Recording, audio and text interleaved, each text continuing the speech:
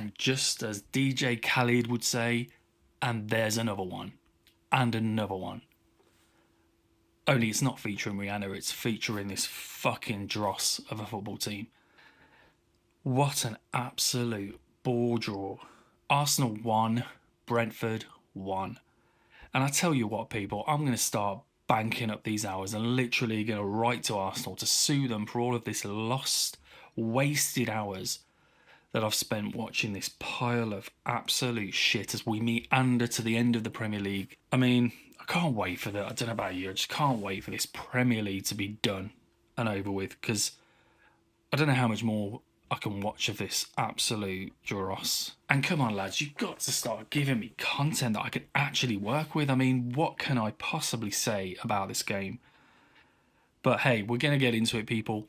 As always, make sure you're smashing that like button and please, please subscribe to the channel. This is therapy after all. I need you. Help me. Subscribe. Let's just help each other out. Come on. Please subscribe. Be here for me. Let's have this.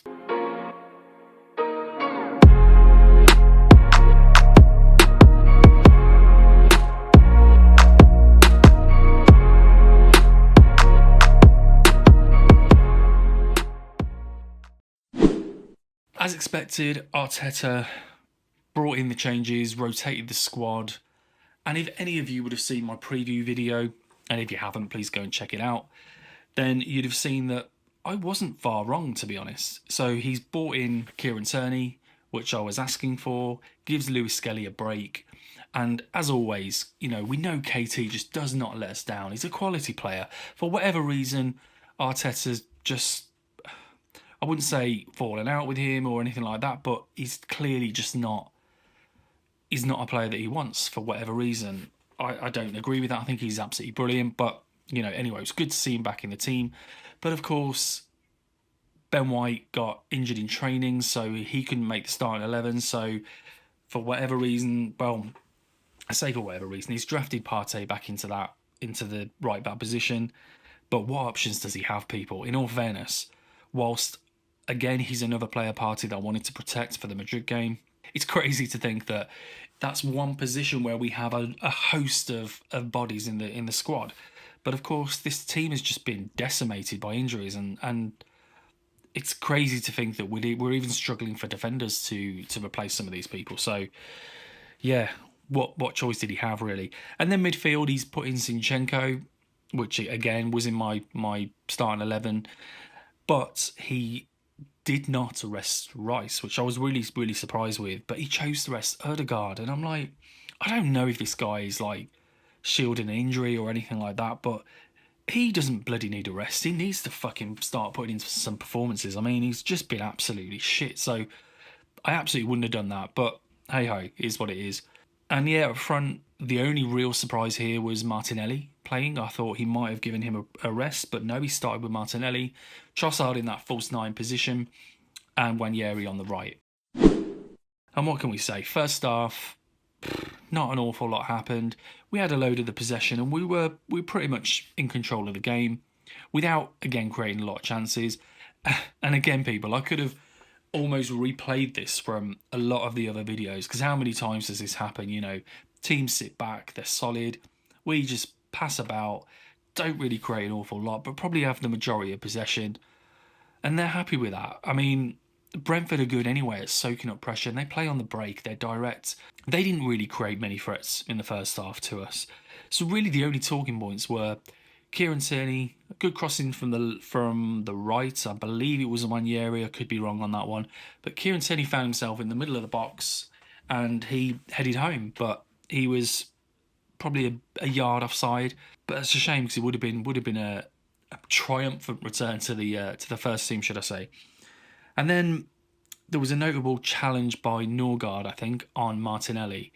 And it was a bad challenge. And to be fair, I had to look at it a few times and think, was that more than a yellow? So we got the foul, he got the yellow, and I've seen Martinelli bitching in the press today, saying about, you know, he could have broke my leg and all that sort of stuff. Like I said, it was a bad challenge, and the only thing I would say is if he was wearing a red shirt, he'd have probably been sent off. But you know, as it wasn't, he was playing for Brentford, so he didn't get sent off. But anyway, I'm being sarky there. But the fact is, I don't really think that was a red card. The only other noticeable thing that happened was Martinelli had a fantastic chance at the end of the half, probably from about the penalty spot. Took a fantastic touch with his right foot, set it up nicely, but then a fantastic challenge from the Brentford defender stopped that. And then second half, we scored, to be fair, an absolutely brilliant goal. I mean, it was almost a Brentford-esque goal. So Raya picks up the ball, I think it was a corner that they'd had, and then he rolls the ball out to Rice, a quick throw out, and a load of their players are in our box. And Rice took this fantastic touch past the Brentford player that just took him out of the game. And then he was then just running through their half, driving forward as he does. And then all he needed really was to make sure that he plays the right pass, and he's got supporting players there. And of course, who was supporting him? Thomas Partey, of all people, to his right-hand side, was legging it forward.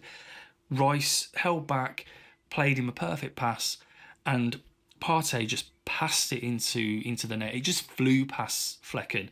It kind of nearly took his head off, but it was one where you just, it was almost passed into the net, but it was passed at pace. It was a brilliant finish and a brilliant move. Fantastic goal. 1-0 to Arsenal. And at this point, I honestly thought it was going to be a comfortable victory. I'm not saying that we would have gone on to score 2s and 3s, but I thought perhaps we'd get another one and we'd cruise and would win the game. But no, Arteta rung the changes. He brought on Saka, Odegaard and Lewis Skelly. I'm assuming he just wants to keep giving Saka minutes.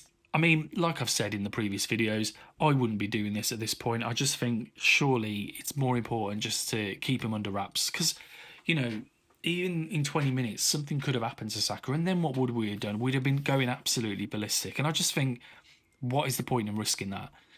In all fairness, Saka looked quite sharp when he came on. And he had a few chances towards the end. Not great chances. Although actually there was one where I don't know what Flecken was doing when he kind of came out of the box, took a touch, an awful touch with the ball. Saka took it off him. And I'm sure if Saka was fully fit, it'd have probably taken him much earlier, but he didn't. He took a number of touches and really lost the chance. And then towards the end, I think it was about the 74th minute actually, corner from Brentford. They kept the ball alive, somebody's knocked it on, and Wissers found himself in the middle of the box and just sort of turned and hit it. Really left Raya with no chance because it was kind of point blank. He was right there in front of him and he didn't really have much of a chance to react to it. Yeah, it just then petered out from there. We huffed and puffed after that. As I say, we had a few chances and Saka was trying to weave his magic. Odegaard was doing his usual of getting into space around the box. He can't shoot, so he doesn't shoot. He passes the buck to somebody else. And yeah, it just sort of petered out. Man of the match was difficult. I'd have probably given it to... It was really a toss-up out of Rice and Partey. I'm going to give it to Partey for the goal. And I pray that he's going to be okay because he did come off with a little knock. He didn't look serious. I think he was smiling when he went off. So it probably wasn't that bad. But I guess we'll have to wait and see. So yeah, I'd give it to Partey. Saliba, I would say, is very good as well. It's amazing, actually, the amount of dribbles that he did. Centre defender, did more dribbles past players than any other player in our team. And I think that kind of says it all about our forward-going players. But yeah, we move on to Madrid and all fingers crossed for that game. I mean, I guess the main thing to take out of this game was the fact that it would have been great if we'd have got the win. But, we're still gained a further point on Forest, so we're looking pretty solid in that second position. And it looks like, touch wood, we haven't come out with any injuries. That's praying that Partey's okay.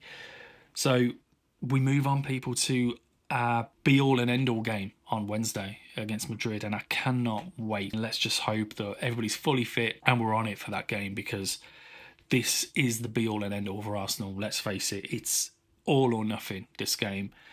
And I cannot wait. Absolutely buzzing for it. I'm just praying that we don't concede early because, God, anything could happen. But yeah, there we have it, people. That's the match reaction. Sorry that there's not more to talk about.